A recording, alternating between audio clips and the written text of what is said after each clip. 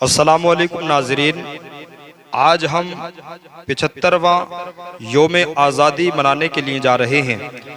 लेकिन आइए देखते हैं कि हमको जो आज़ादी मिली उसका पस मंज़र क्या था और किस तरह से अंग्रेज़ इस हमारे प्यारे वतन हिंदुस्तान में आए और फिर इस मुल्क पर अंग्रेज़ों ने कब्ज़ा कर लिया। आइए इस बात को देखते हैं और ये जानने की कोशिश करते हैं कि इस मुल्क को आज़ादी किस तरह से मिली। जो आज एक कौम को निशाना बनाया जाता है और एक कौम को शक की निगाहों से देखा जाता है, आइए देखते हैं कि हमारा किरदार यानी मुसलमानों का किरदार जंग आज़ादी में क्या रहा है। तो नाजरीन, 15 अगस्त 1947 की तारीख हिंदुस्तान की एक यादगार और अहम तरीन तारीख है। इसी तारीख को हमारा ये प्यारा वतन हिंदुस्तान अंग्रेज़ों की गुलामी से आज़ाद हुआ। तकरीबन 200 साल तक मुसलसल कुर्बानियों के बाद आज़ादी का ये दिन देखने को नसीब हुआ। जानों का नजराना पेश करने और सब कुछ लुटाने के बाद हमारा हिंदुस्तान आज़ाद हुआ। आज़ादी अल्लाह सुब्हानहू व तआला की एक बहुत बड़ी नेमत है, जबकि गुलामी रब्बे कायनात की तरफ से एक अज़ाब है। इस आज़ादी की खातिर हमारे असलाफ, रहनुमा, कायदीन और मुस्लिम अवाम ने जानी माली कुर्बानियाँ पेश की, तहरीकें चलाई, फांसी के फंदे पर चढ़े, तब कहीं जाकर अंग्रेज़ों के नापाक कदम से हमारा मुल्क पाक हुआ। अंग्रेज़ों ने हिंदुस्तान पर हुकूमत करने के लिए तरह तरह की चालें चली, तदबीरें इख्तियार की, फूट डालो और हुकूमत करो के प्रोपेगेंडे को इख्तियार किया। हिंदुस्तान की अवाम को हिंदू मुस्लिम के नाम पर आपस में लड़ाने की कोशिशें की। हमारे मुल्क की गंगा जमुना तहजीब को मिसमार करने की तदबीरें इख्तियार की, लेकिन उनकी कोशिशें रायगा हो गईं। अलगर्ज एक दिन वो आया कि इन लोगों को हमारा मुल्क छोड़ कर जाना पड़ा और हमारा मुल्क उनकी गुलामी से आज़ाद हुआ। नाजरीन, अंग्रेज जब हिंदुस्तान पहुंचे थे तो ताजिरों की हैसियत से पहुंचे थे और आम लोगों ने उन्हें एक मामूली ताजिर के सिवा और कुछ नहीं समझा था। लेकिन उनकी नीयत साफ नहीं थी।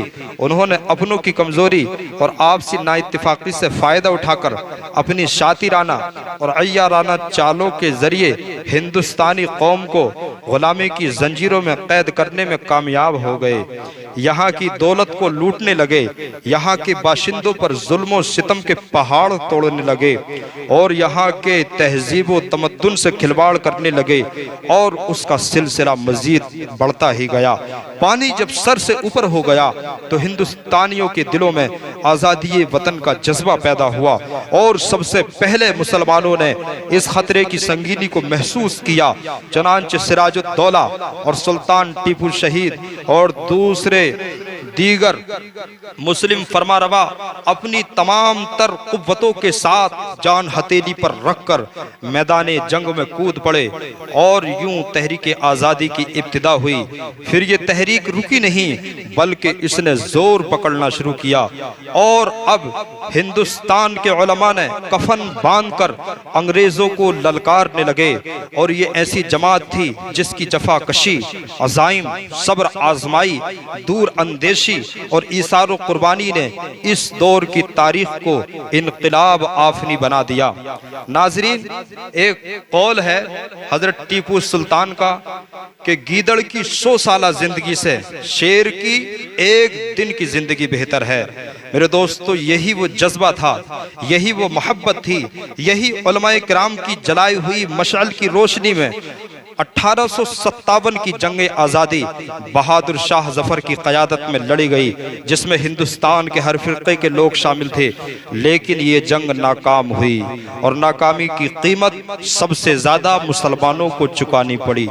तकरीबन 2 लाख मुसलमान शहीद हो गए, जिनमें तकरीबन 52,000 उलमा थे। उनकी जायदादें लूटी गईं। इस कदर जानी व माली नुकसान के बावजूद तहरीक आज़ादी का सिलसिला मुख्तलिफ शक्लों में जारी रहा और बिल आखिर हमारा मुल्क तमाम फ़िरक़ों बिलखुसूस मुसलमानों और ख़ास तौर से उलमा इकराम की जहद मुसलसल और जानी व माली कुर्बानी के बाद आज़ाद हुआ। हिंदुस्तान की जंग आज़ादी में मुसलमानों का किरदार तारीख में एक सुनहरे बाब की हैसियत रखता है। ये मुसलमानों की हुब्बुल वतनी, जोश, वलवला और ईसार व कुर्बानी की लाफानी दास्तान है। तहरीक आज़ादी में मुसलमानों ने एक बेमिसाल किरदार अदा किया और मादरे वतन को अंग्रेज़ों के पंजे गुलामी से आज़ाद करने के लिए ना सिर्फ नाकाबिले बयान अज़ियतें बर्दाश्त की, बल्कि जानो माल की अजीम कुर्बानियाँ देने से भी बाज नहीं आए। मैं ये नहीं कहता कि सिर्फ मुसलमानों ने ही इस मुल्क को आज़ाद करने में मशक्क़तें और मेहनतें की हैं, बल्कि हमारे मुल्क के हिंदू, सिख और ईसाई भाइयों ने भी इस मुल्क की आज़ादी में अहम रोल अदा किया है। महात्मा गांधी जी, पंडित जवाहरलाल नेहरू, रविंद्रनाथ टैगोर और भगत सिंह की कुर्बानियां भी किसी से ढकी छुपी नहीं है, लेकिन बदकिस्मती से अंग्रेजों की तरफ से अपनी हुकूमत बनाए रखने के लिए अपनाई गई पॉलिसी डिवाइड एंड रूल की पॉलिसी की वजह से जहां तकसीम हिंदुस्तान का सानिहा पेश आया, वहीं हिंदुस्तान में मौजूद मुसलमानों और हिंदुओं के दरमियान मजबूत इत्तिहाद को तोड़ने और नफरतों की खलीज वसी करने का भी सबब निकल आया।